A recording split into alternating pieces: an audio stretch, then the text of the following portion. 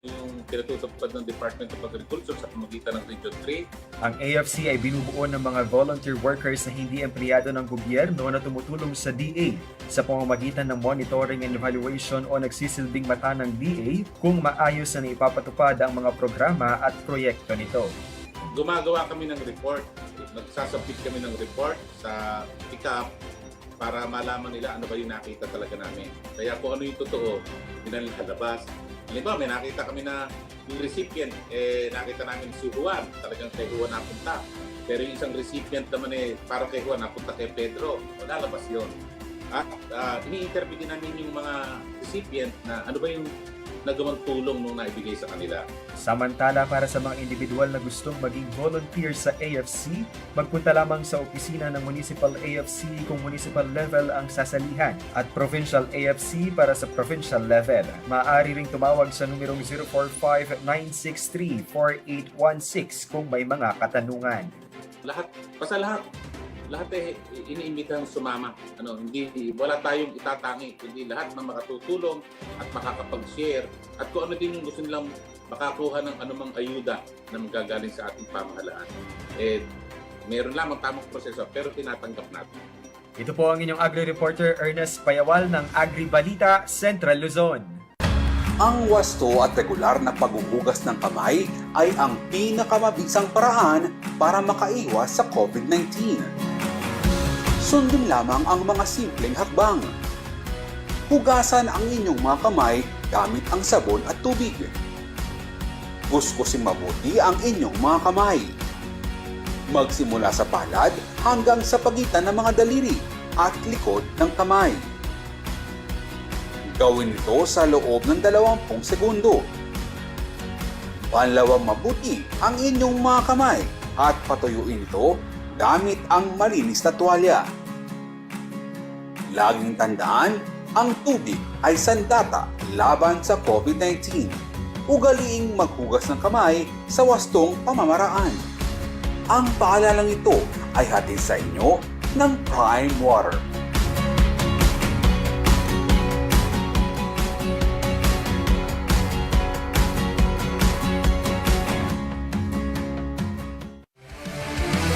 In the Philippines, one of the first non-life insurance companies that established its head office outside Metro Manila emerged.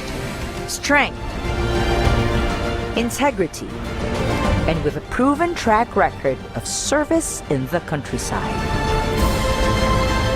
Join the journey to our third decade. Corporate Guarantee. We value our commitment.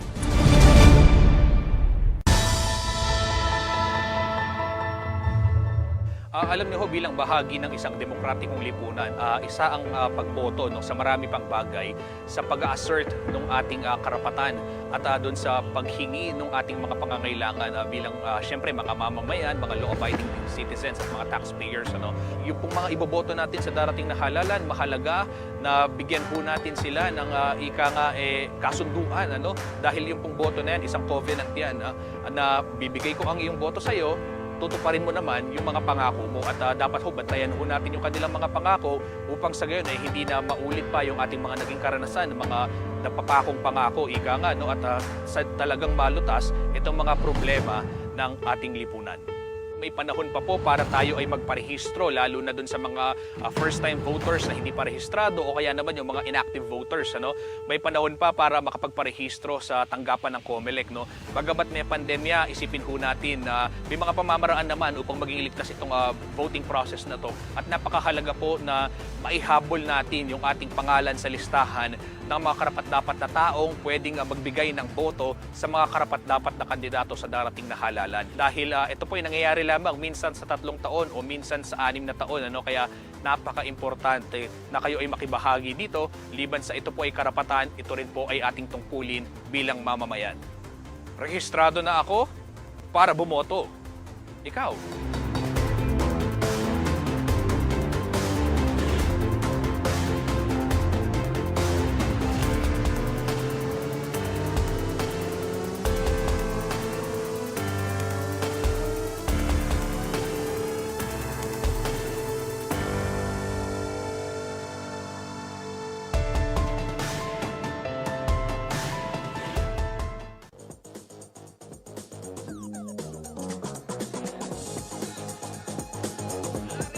ang malalaking balitang Central Luzon ngayong araw.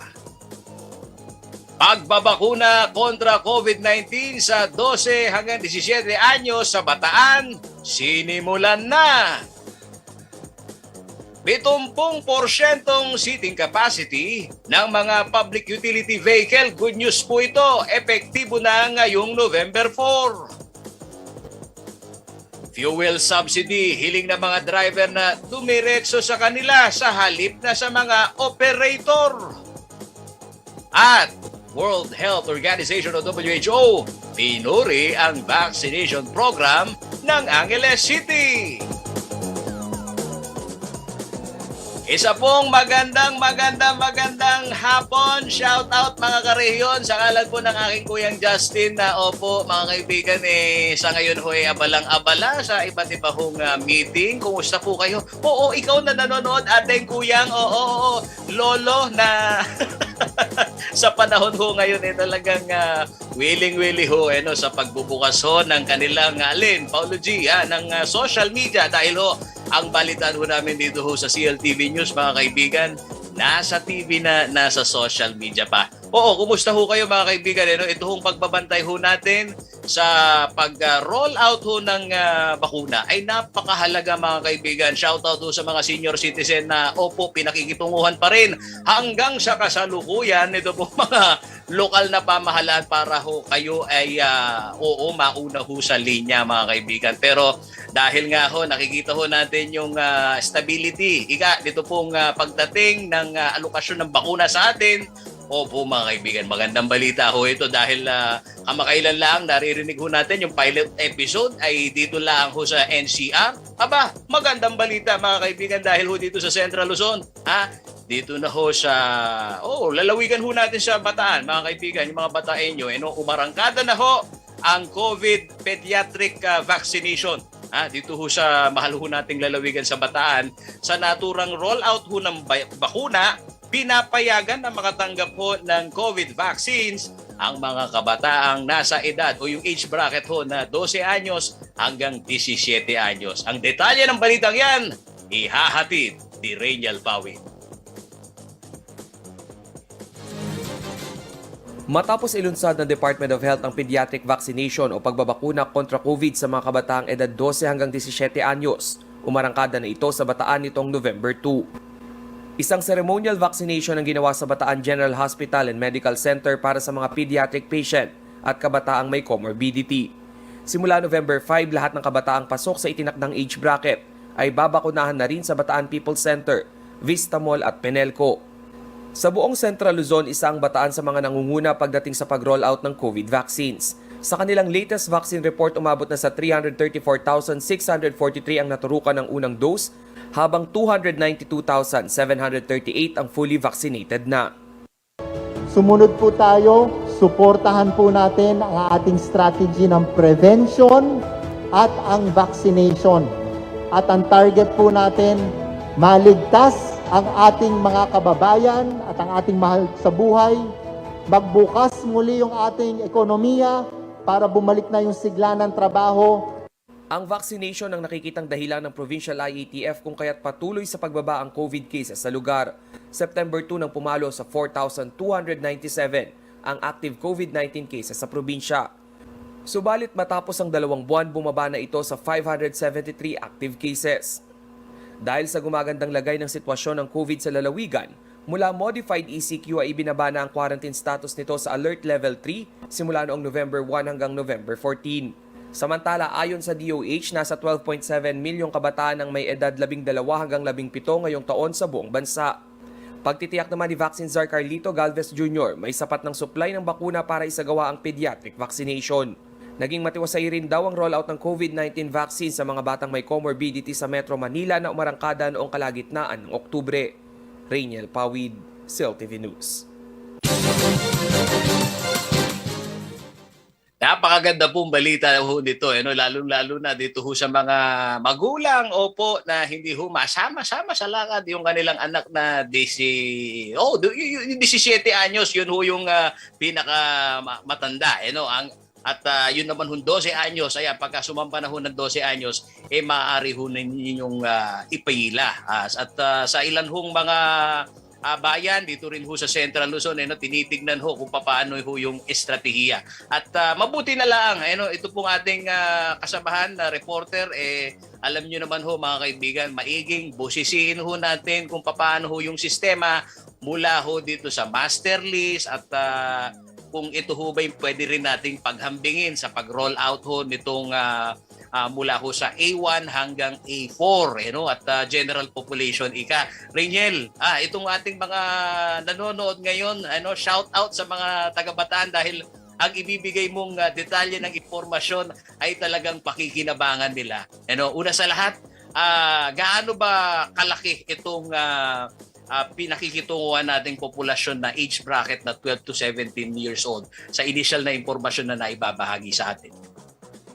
Kasamang Paolo, medyo magandang balita nga itong naiparating sa atin ng Provincial IATF ng Bataan dahil pagbukas o pagbungad pa lang ng Nobyembre ay nagkaroon na nga nitong pediatric vaccination contra COVID. So kanilang tinitignan na magkaroon nga ng pagbabakuna dito sa mga naturang age bracket na yan, 12 to 17, 1,000 doses kada araw. At kanila naman daw, medyo maganda-ganda yung bilang na yan. At ang sinasabi nila, hindi ito katulad ng mga naunang rollout ng bakuna dahil dito nga, pinoprotektahan pa rin nila yung galaw dito nga mga kabataan na vulnerable pa rin dito nga sa tinatawag na COVID-19 transmission. So, ang nangyayari niyan ay nag-set up sila ng isang registration site dito sa isang resort around Balanga City at doon nagpa-register itong mga kabataan na accompanied naman ng kanilang mga magulang. So, all over Central Luzon, tinitingnan natin kung ganyan din ba yung magiging sistema ng palistahan. At from Aurora, Bataan, Bulacan, Zambales, nakita natin na may pre-registration at kailangan nga may consent pa rin ng mga magulang. So doon nagkakapare-pareho. And ito ay nakaangkla pa nga rin doon sa guidelines naman na ibinaba ng Department of Health para ligtas ang COVID vaccination o yung whole process ng vaccination para sa mga bata. Kuya Paolo. Alam mo, Rainiel, na pag-uusapan na rin natin yung rollout nitong 12 to 17 years old. May istorya din ako dyan sa Mabalacat City na may koordinasyon sila sa DepEd. At isa na ho dito sa dapat na maiuna yung master listing. Kahit po nitong rollout, mga kaibigan, kayo po mga nanonood ho sa amin ni Rainiel. Di ba may bad experience tayo dun lang sa master listing, paano makapagrehistro, kung sa RHU ba yan, pero ang sinasabi naman nitong ilang mga lokal na pamahalaan na inihahanda nga itong rollout ng mga nasa edad na 12 to 17 years old, yung Pediatric Association, may yung mga doktor sa mga kabataan, Rainiel, makatutulong din daw yan. Pero sa nakikita-kita mo, Rainiel, itong pagpaplano ng Bataan, nabanggit na ba kung saan posibleng mai-roll out yan? Gaya ba ng mga malalaking vaccination sites na pwede ding ipila o tinitingnan-tingnan din nila yung koordinasyon nitong ilang mga institusyon, yung educational yung mga eskwelahan, Rainiel, na pwede din namang mai-roll out yan? Yes, Kuya Paolo, doon sa Bataan, bago pa magsimula yung rollout ng COVID vaccines, kahit hindi pa dito sa mga kabataan, ay nagtatalaga na sila kada munisipyo o syudad. Ngayon, inihiwalay nila, ito yung pinakamagandang strategy na nagawa nila. Let's commend the IATF na rin. Dahil yung mga senior citizen that time, inihiwalay ng araw at ng lugar. Ngayon naman sa usapin ng mga kabataan, yung pediatric vaccination, nagtalaga na naman sila ng mga vaccination site. Ayun nga yung sa may Vista Mall at sa may Penelco. Ngayon, inaalam natin kung paano ba yung full system na gagawin nila. Dahil ang nabanggit pa lamang sa ngayon ay kailangan ay accompanied pa rin ng mga magulang itong mga batang magpapabakuna. Ngayon Kuya Paolo, yung tanong kung yung iba nakikipag-partner sa mga educational institution, sa Bataan naman, hanggat maaari ay itinatalaga lang nila yung talagang designated vaccination site dahil ayaw naman nila na mapurnada pa yung ilang operasyon doon sa mga educational institution na nagsisimula na rin na mag-ayos or maghanda para sa pagbabalik, unti-unti pagbabalik or nitong limited face-to-face classes. So nakita natin na sinabi nga ng Provincial IATF na posible na gamitin din nila yung kanilang sistema na Vax on Wheels. Ito yung mga katulad dito sa Pampanga na rumoronda nga mga vaccination bus. Kuya Paolo. Alam mo, ito na pagkukwentuhan ho natin, ito binabanggit na ho na rin ni Rachel, na ito hong face-to-face. Ito, shout-out ho sa lahat ho ng mga magulang dahil ngayong araw din ho na i-break ng Department of Education, Rachel, na ito pong 10 na pinili ho na makapag-limited face-to-face. Ito, magugulat ka, Rachel, kung saan. Dito lang ho sa Zambales at doon sa mga highlands at kayanan din ho ninyo kung paano ho maisasagawa ito dahil may joint memorandum agreement itong DepEd at gayon na rin ho itong DOH kung paano ho ma-implement yan. Alam mo ba, Rachel, tama ka din sa iyong assessment dahil paano magiging vaccination site. Pero nakikita natin may mga eskwelahan talaga ginagamit na mega vaccination site sa kada komunidad. Pero ito na nga rin na nakikita natin kahit papaano ay yung kick-off nitong limited face-to-face ay sinisimulan na rin po mga kaibigan. Pero Rachel, panghuli ko na lang dito sa mga kabataan na 12 to 17 years old. At pagkakawari ko ang binabanggit din ng DepEd, itong DOH, mga kaibigan, ay yung with comorbid na kabataan, yung naiuna sa linya, tama ba ako?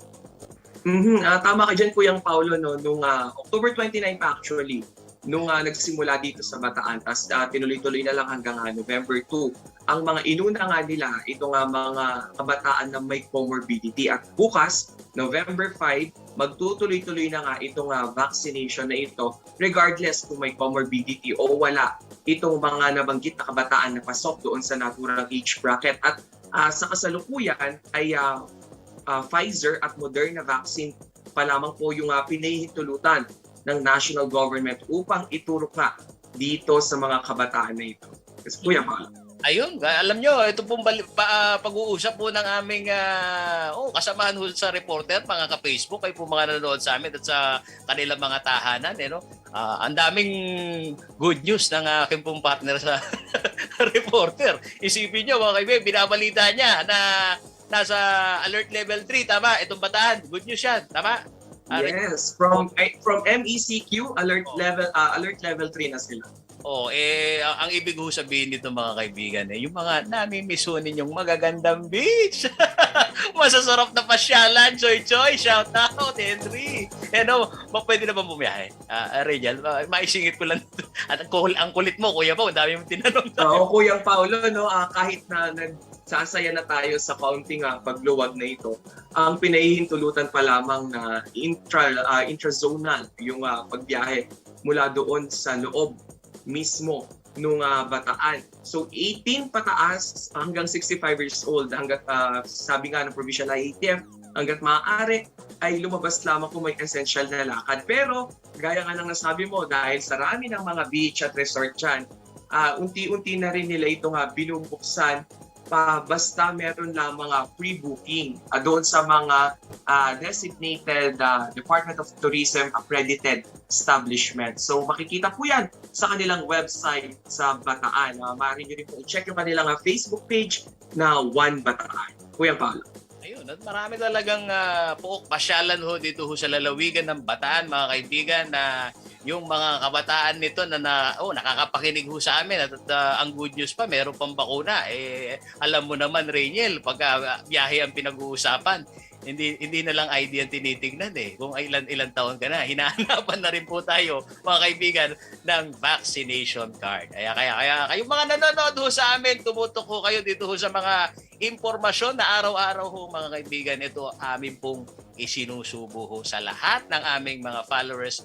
Gayon na rin, shoutout Rachel dun sa ating mga basher na kahit hindi pinag-uusapan ng kanila hong mga binibitbit na politiko. Ayun panay lagi comment, Rachel. Ano mo sasabi mo dyan? Oh. Bahagi na siguro yan ng ating karapatan sa konstitusyon, no, Kuyang Paulo. Kaya doon sa mga nagko-comment po, bukas po ang CLTV para sa inyong mga opinion at suggestion. At hindi po namin i-invalidate ang inyong mga opinion gaya na lamang ng pagbibigay namin sa inyo ng mga tamang impormasyon. Ayun. At Everyone is welcome with us, Kuya. totoo yun. At talagang ang mahalaga dito, sabi nga ni pare ko Joy Joy, tumataas pa yung ating engagement. Opo mga kaibigan. Maraming salamat, Rangel Pawi. Sa iba naman pong mga malalaking balita, ngayon pong araw ng Paulo G, Huwebes ngayon ho ay November 4, huli ho ang 8 katao dito ho sa Maribeles, Bataan, mga kaibigan, matapos ho na magsagawa ng illegal na tupada sa isang residential lot. Kabilang ho sa nadakip ay ang mismong Barangay Kagawad sa lugar, opo, at 2 senior citizen, ha? Ang detalye po ng balitang yan, ihahatid po ni Rangel Pawi.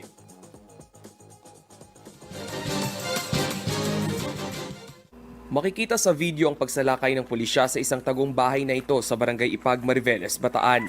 Sa naturang bahay, nagkukumpulan ng 8 kalalakihan na nagsasagawa pala ng iligal na sabong o tupada. Nakilala ang mga nadakip na sabongero na sina John Carlo Manansala, 34 anyos at kasalukuyang konsehal ng Barangay Ipag. Benito Haen, 65 anyos, Edmond Sanchez, 63 anyos, Dennis Valera, 35 anyos, Emilio Reglos, 32 years old, Luisito Sanchez, 54 years old, Joselito Rabara, 20 anyos at Fredmore Bautista, 26 anyos. Ayon sa pulisya, ilang concerned citizen ang nagpadala ng impormasyon na palagi ang may nagaganap na tupada sa sinalakay na bahay. Ito'y kahit papatuloy ang banta ng COVID-19 transmission kung kaya't nililimitahan ang galaw ng mga tao. Nakumpiska sa lugar ang isang patay na manok na panabong, mga tari at mga ipinustang pera. Nitong Setyembre lang mismong si PNP Chief Guillermo Eleazar ang nanawagan sa mga local official na paigtingin ang kampanya kontra iligal na sabong.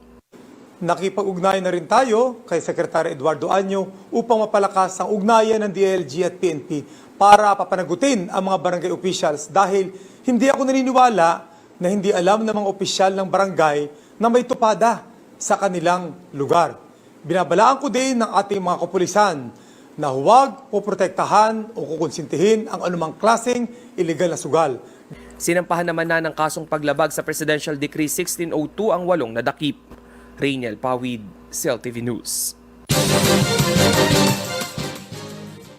Sa pagbabalik ng CLTV Balitaan, 70% na seating capacity ng mga public utility vehicle o po kay pumananakay at mga super na jeep, epektibo na ho ngayong November 4. Manatiling nakatutok para sa iba pang mga nangungunang balita ngayong araw.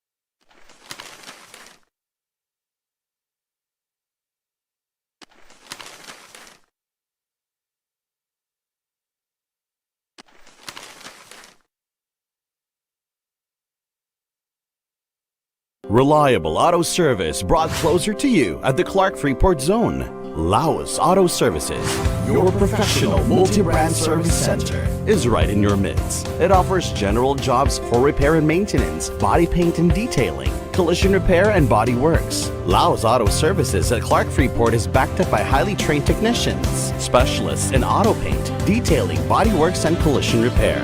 Laos Auto Services, your professional multi-brand service center. Open Monday to Saturday from 8:30 a.m. Located along Manuel A. Rojas Highway, Clark Freeport Zone. For inquiries, contact 045-499-8080 or 0908-819-8080. Designed to get back from any adventure. Every day without fail. Being tough is not enough, so we keep testing. In the pursuit of ultimate toughness and reliability, the new Strada, engineered beyond tough. Drive your ambition. Mitsubishi Motors.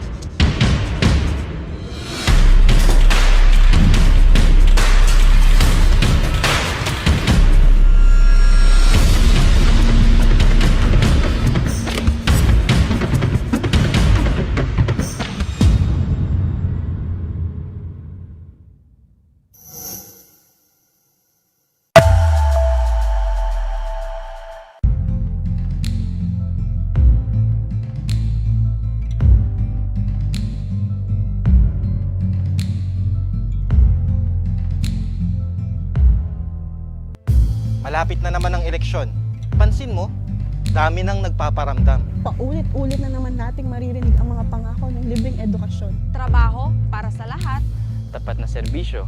Basta, marami yan. Talagang lahat sasabihin, mapaniwala lang ang mga tao. Lahat gagawin, makakuha lang ng boto. Hindi lang yan. Sa pagnanais magkaroon ng kapangyarihan, Sa kagustuang mailuklok sa pwesto, bibilhin. bibilhin. I repeat, lahat gagawin, makakuha lang ng boto. Pero pwede namang hindi ganun. Pwede naman tayong gumawa ng matalinong desisyon. Pwede tayong mamili. Dapat yung hindi puro pangako at pambobola lang tuwing kampanya. Dapat, kilatisin ang bawat salita na sinasabi nila kung totoo ba. At dapat, huwag tayong basta-bastang maniniwala sa matatamis nilang pangako. Dahil kung pipili ka na rin lang, Maging mapili ka na at mapanuri. Tama. Oo nga. Piliin natin yung may kakayahan. Tukuyin natin yung mga tunay na maaasahan. bumoto ng tama. Bumoto ng tama. Bumoto ng tama Bumoto ng tama. dahil buhay natin ang nakataya.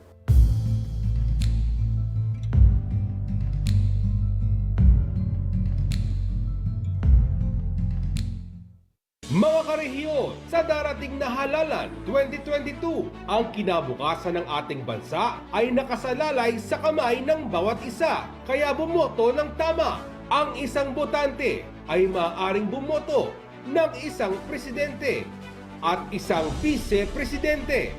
Maaari kayong mamili ng 12 kandidato para sa senador. Tig-isa naman para sa district representative at party list representative. Sila ang bubuo sa House of Representatives na magkakaroon ng hanggang 250 members. Sa lokal na pamahalaan naman, kayo ay maghahalal ng gobernador, vice-gobernador, mayor, at vice mayor, mga provincial board members, at mga city at municipal councilors. Bagamat tayo ay nasa kalagitnaan ng pandemya, ang iyong boto ay mahalaga. Nasa masusing pagpili ang ikaangat at ikasasadla ng isang pamayanan. Bumoto ng tama dahil buhay natin ang nakataya. Ang paalalang ito ay hatid sa inyo ng CLTV. Take full advantage of the power of TV and digital media when you advertise with CLTV. Through CLTV, you can now have your very own TV commercial for your business at a reasonable cost. And not only is your business authenticated by a reliable and trusted TV station, you can also reach our captive audience through CLTV's various digital media platforms at the same time. Contact us to avail of these exciting advertising opportunities.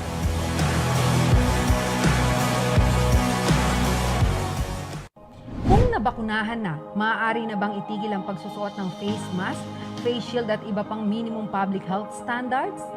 Kahit na maaaring maprotektahan ka ng bakuna mula sa symptomatic at moderate severe COVID-19, maaari ka pa ring mahawa at makahawa. Ipagpatuloy ang minimum public health standards para sa karagdagang proteksyon sa sarili at mga mahal sa buhay. Ugaliin pa rin magsuot ng face mask at face shield. Madalas na maghugas o mag-sanitize ng kamay. Iwasan ang matataong lugar at laging dumistansya ng 1 metrong layo sa isa't isa. Siguruhing may magandang daloy ng hangin sa bahay o lugar ng trabaho. Patuloy na sundin ang minimum public health standards kahit na bakuna na. Ang paalalang ito ay hatid sa inyo ng CLTV.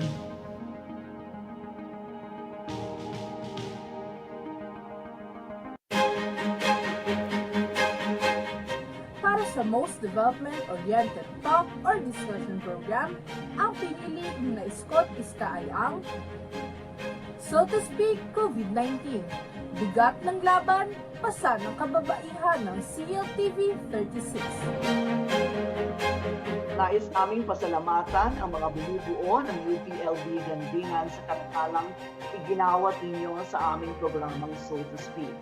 Nais ko rin gamitin ang pagkakataong ito upang ipahayag ang taus-pusong pasasalamat at pagpapahalaga sa lahat ng mga women health workers at mga kababaihan sa mga komunidad. Mula sa pangangalaga sa kanilang mga pamilya hanggang sa pangunguna sa iba't ibang larangan, hindi matatawaran ang serbisyo at sakripisyo ng mga kababaihan sa pagsugpo sa pandemyang ito at pagharap sa mga hamon ng maling pamamahala. Madalas, hindi lang oras, galing at kaalaman ang kanilang iniaalay, kundi maging ang kanilang sariling buhay. Kayo ang aming inspirasyon upang patuloy na tumugon sa mga hamon ng panahon. Makakaasa kayo ng CLTV 36 ay patuloy na magiging tulay upang maiparinig ang saloobin ng taong bayan, lalo na yung mga walang boses sa ating lipunan. Maraming salamat sa galingan at sa mga tagapagtangkilik ng aming istasyon. Dakal na salamat po.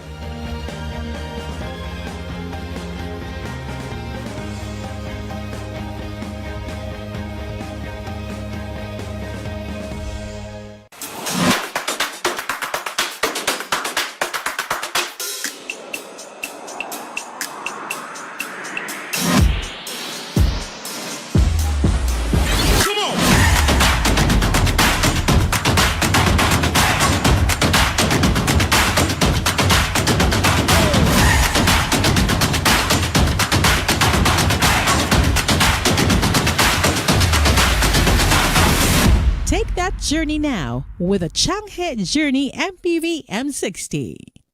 Changhe. Change your drive.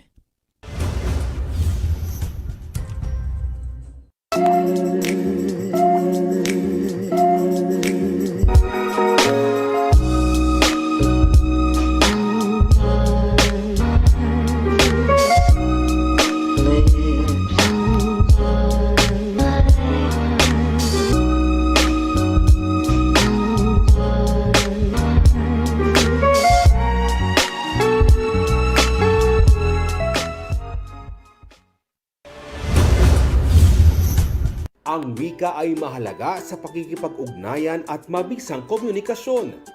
Sa buong mundo, mayroong halos 6,500 wika. Umaabot naman sa mahigit kumulang 175 ang wika sa ating bansa. 8 rito ang itinuturing na major language o mga pangunahing wika na ginagamit sa iba't ibang lugar. At kabilang sa mga pangunahing wika ay ginagamit sa mga lalawigan ng Gitnang Luzon. Gaya sa Pampanga, kung saan maririnig ang Kapampangan. Maya Paba, kumusta? Malaus Kopo.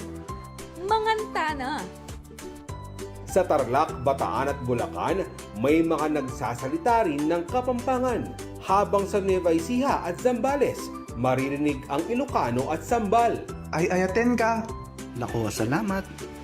Kasiguranin naman ang wika sa bayan ng Kasiguran sa Aurora at wikang agta ang ginagamit ng mga katutubo sa mga bulubudtong lugar. Habang Tagalog pa rin ang pangunahing wika sa Bulacan, maging sa Bataan, Nueva Ecija, Zambales at Aurora. Ang mga wikang maririnig sa Central Luzon ay bahagi ng ating kultura, kaya dapat natin itong pahalagahan, mahalin at ipagmalaki.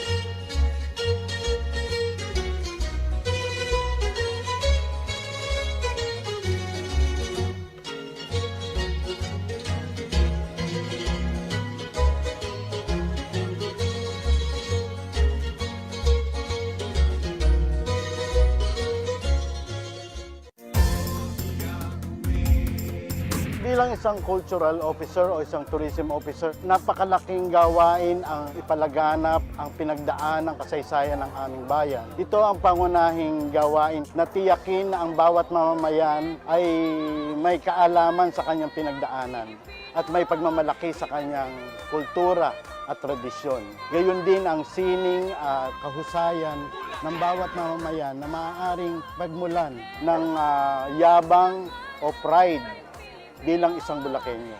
Ako si Armando Santa Ana. Proud ako sa Bulacan. Proud ako bilang isang Bulakenyo.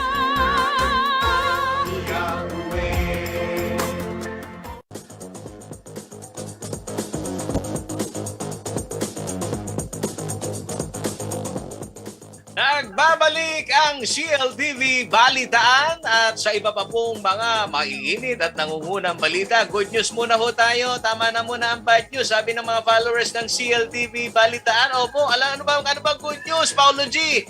Ang good news ho mga kaibigan, ito naman hong pagtaas ho mga kaibigan ng seating capacity o yung passenger capacity sa lahat ho ng mga public utility vehicle dito ho sa ating bansa. Ang tanong ho ng ating mga followers, ilang porsyento ang tinaas? Aba, nasa 70% ho yan. Epektibo mga kaibigan, simula ho ngayong araw, November 4. At para ho, higit ho nating maunawaan ho ito at hindi ho maging ugat ng kalituhan dahil ho kapag porsyento ang pinag-uusapan mga kaibigan gaya ko, Choy Choy.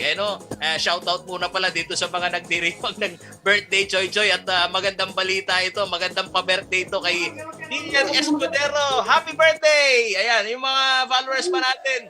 Yung anak ni pare kong Charles. Happy birthday, Claude Chase. Happy birthday.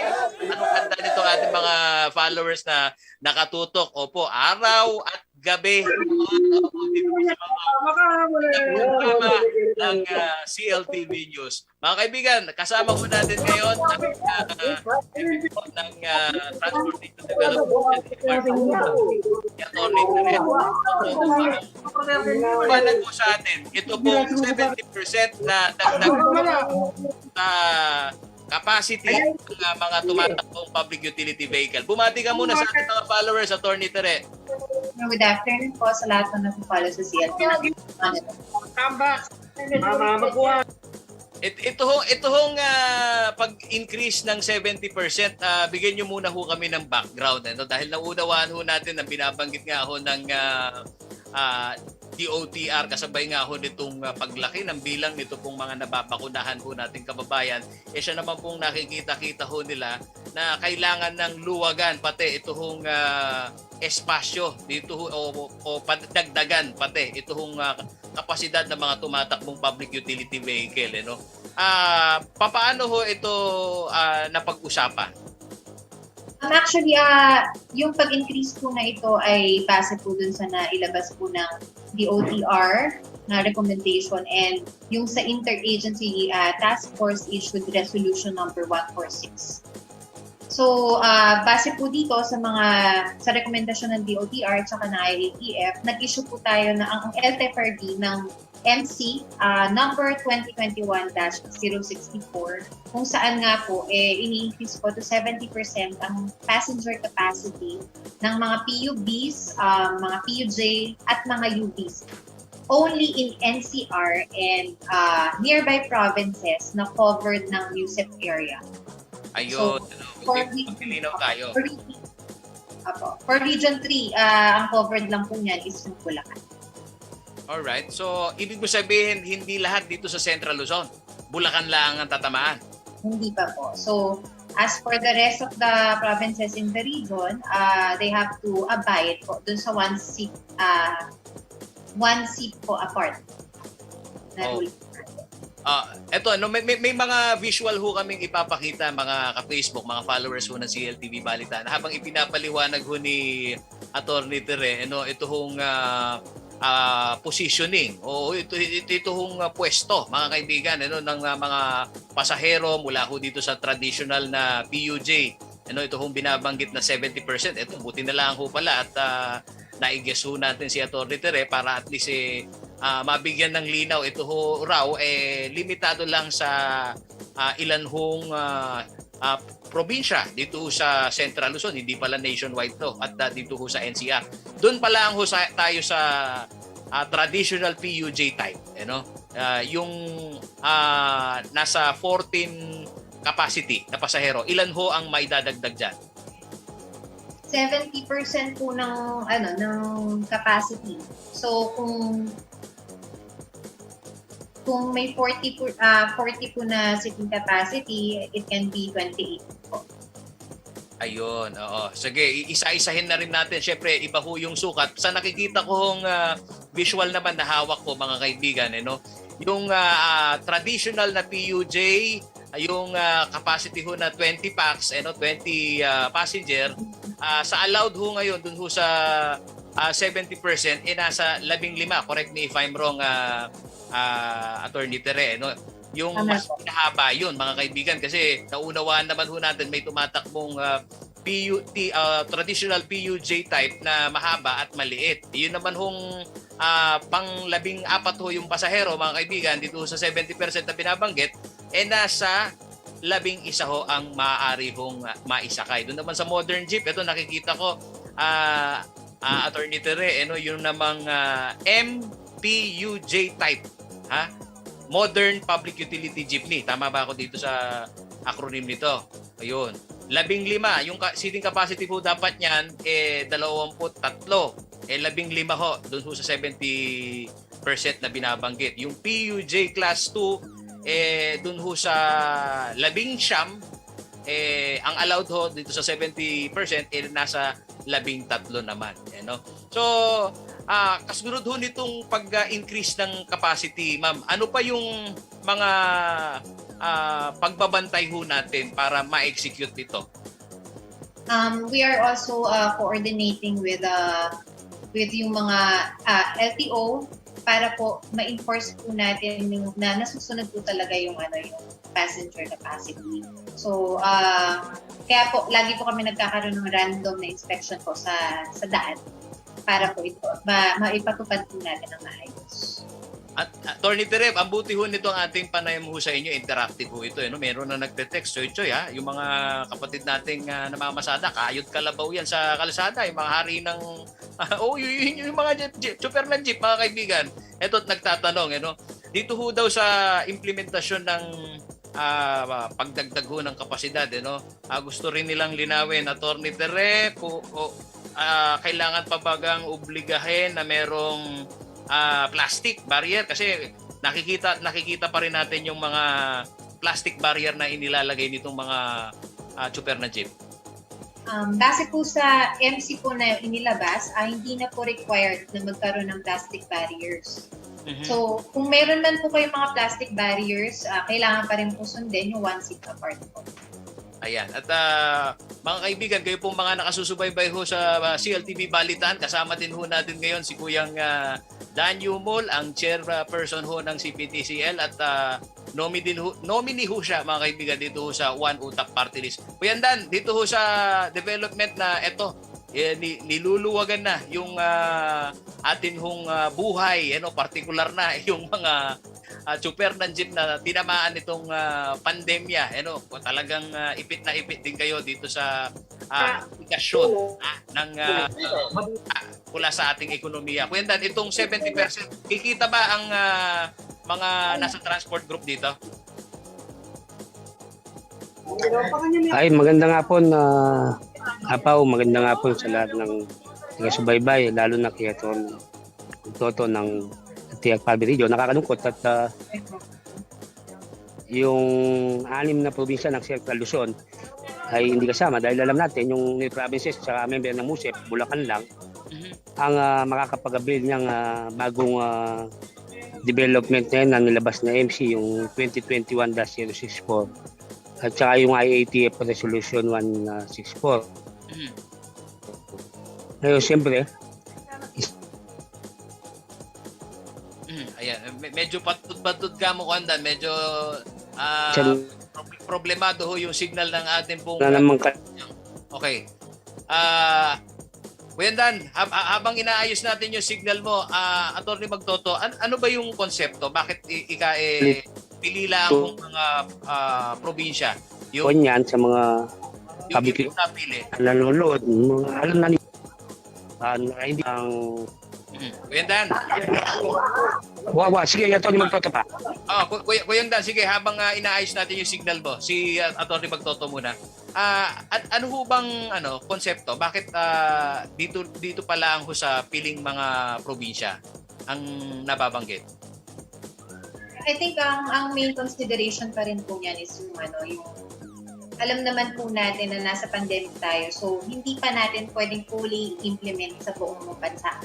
So siguro nagkakaroon mo ng pilot implementation dun sa mga portions po talaga ng Buti ho, Atty. Magtoto, andyan ho kayo. Kasi kapag ho may mga pambansang pulisiya na ibinababa, palagi nakikita din ho natin yung nagiging interaksyon at komento ho dito pong mga local executive. So para ho dito sa naibabahong kautusan ho na ito, meron ho bang say ang LGU kung sakaling sabihin niya, ay hindi po pwedeng ipatupad yung 70%? I believe ang LTFRB po kasi may mandato na mag-impose po sa mga pampublikong sasakyan kung ano po yung mga passenger capacity. So siguro kung meron pong mga comments or mga suggestion from the LGU, we are ready naman po to accept. Then we can forward it to our central office for their consideration and report. Alright. Pagka binanggit na rin ho natin yung PUV, ano hong alin-alin hong mga tumatakbong behikulo na public utility vehicle ang pasok po dito sa 70%? Yung mga PUVs po, yung mga buses, mga PUJs, and mga UV Express. So yung tatlo lamang po na yun. Kung sakali po yung UV Express, tawiran ho ng Pampanga at Bulacan, yun ho ba'y pasok doon sa 70% o hindi? Kung galing po siya sa Bulacan, kailangan po nilang mag-comply. Pwede po nilang gamitin yung 70%. Ayun, malinaw. Kuya Dan, okay na ba yung signal mo? Ayan, naririnig ka ni Atty. Terreno. Ano yung nakikita-kita nyo dito? Bukod doon sa sinasabi mong dahil pili pala ang mga probinsya na open, talagang hindi pa tulubusan na makaka-apekto dito sa nasa higit 30,000 mga kaibigan na mga PUJ operator ho daw dito ho sa Central Luzon ang binabanggit ho sa atin ni Kuya Dan. Kayo ho, ano hong sentimiento ho niyo dito sa pag-increase ng 70% seating capacity? Kuya Dan? Kuya Dan? Ayun, mga kaibigan, talagang ito ho ang new normal na pakikitungo ho natin sa ating pong mga panayam sa resource speaker. Kung minsan ho, ayan, papatlod-patlod niya po, kakaluguran. Pero ang buti ho nito, kahit papaano, meron hong mga... Kapaw nung... kapaw. Yan. Kuya Dan, isang kembot pa, taas ang kamay at para at least makakuha tayo ng signal. Yan, naririnig ka na namin. Go ahead. Yung nung nakaraang kasing linggo, October 29, kasama ako sa virtual Zoom meeting ng DOTR-NCR na kung saan si Stephen Pastor, si Tommy Tamayo, sa Direction of LTFRB, DOTR na kausap. Yung sinasabi nga ni Tony Magtoto na hindi kasama ang buong Central Luzon except Bulacan, hindi natalakay doon. Okay. So siyempre, expected natin buong Central Luzon magbe-benefits dito sa passenger increase. So ngayon, isang development ko na alam ng mga miyembro, actually yung iba, katulad lang ng plastic barrier yan bakit dinastusan nila kami, naabala kami, nahirapan ng pasero sa plastic barrier, wala naman palang epekto yan sa pagkontra sa COVID. So kahit po may plastic barrier, hindi siya pinagtatanggol ko o nire-report ko yung miyembro namin dahil sa kakulangan nga ng implementasyon, yung sinasabi niya Tony Magtoto na yung mag-i-implement doon sa 70%, kung wala, baka full capacity na, yun ang nakakatakot. So kami naman, from our rank, paalala sa mga miyembro na talaga sumunod doon sa tinadaan ng batas ng LTFRB. Pero pag actual na, lalo na during rush hour na walang masakyan. Kaya siguro nagluwag na dahil nakikita natin, papunta na tayo sa election period dahil ang magpapaluwag niyan ay election eh. Tapos idagdag mo pa, yung kakulangan ng mga pampublikong sasakyan, napipilitan yung mga driver na magsakay na ng full capacity. May mga ilang ganyan, lalo sa gabi. So kami, kahit napaalala namin lagi sa mga membro, dahil gusto nila, sa gustuang maragdagan ng take home nila sa pamilya, kasabihin pa natin nakakalabag, talagang Kuya Dan, ayan. pagpulo, lampas pa sa 70%. Okay. Kuya Yun ang Dan, nakikita namin. alright. Kuya Dan, limitado ang ating oras. Attorney Magtoto, opo, magandang maupuan natin uli itong usapin na to dahil pagkakawari ko din, Kuya Dan, ito all over the country. At gaya mo nga na binabanggit mo sa naging teleconference o dyan sa meeting ninyo ng DOTR na ikaw tumatayong representante ng transport group dito sa Central Luzon at sa buong Pilipinas, ay narinig mo na all over the country ito. Siguro sa susunod ho na pagkakataon mapag-usapan din ito at alam nyo naman ho, pagka ang LTFRB Region 3 yan ho bagsakan lang ho ng memo kung saan ipinatutupad. Pero maigi ko, panghuli ko na lang, Attorney Tere, ito hong senaryo na kami rin ho dito sa CLTV Public Affairs, meron ho kaming mga natatanggap reklamo na talagang nagiging punuan na ho kuminsan Paano ho ba maaaring magsumbong yung ating pong mga kababayan dito po sa mga lumalabag dito ho sa pagpapatupad ho natin na health and safety protocol? They can send po yung complaints. Pwede po diretso sa aming FB page. Also sa aming mga hotlines. Pwede po nila i-send yung mga complaints. Then we can issue po yung mga show cause order para po ipatawag po itong mga airing po ng mga public utility vehicle operators. So far po, ito pong stretch ng pandemic season, meron na ho ba kayong nakasuhan dito ho sa mga lumalabag sa dapat kapasidad lang ho ng mga pasahero na isinasakay sa kanilang behikulo? Sa ngayon po, wala pa naman, no? Meron kaming mga nare-receive na complaints, kaya lang po, hindi po nila ma-provide yung specific detail ng unit. So, may tendency na hindi po namin ma-show cause directly kung sino po yung operator involved. That's why I urge po everyone na may mga reklamo po na as much as possible na i-provide po sa amin kung ano po yung plate number, yung ruta, kung ano, yung nakapaskil po sa mga body ng unit para po amin po ma-address ng maayos.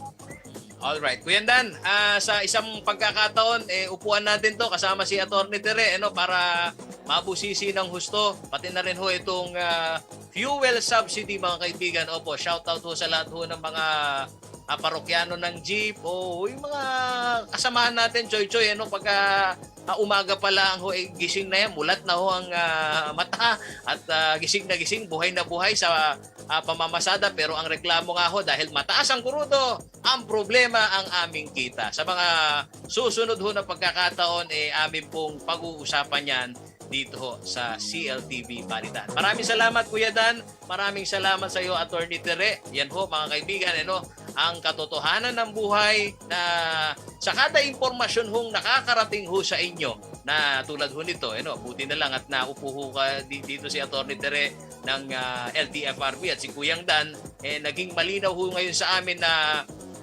pilila ang ho, ito hong mga o maaari hong mag-implement ng 70% capacity dito po sa mga tumatakbong public utility vehicle.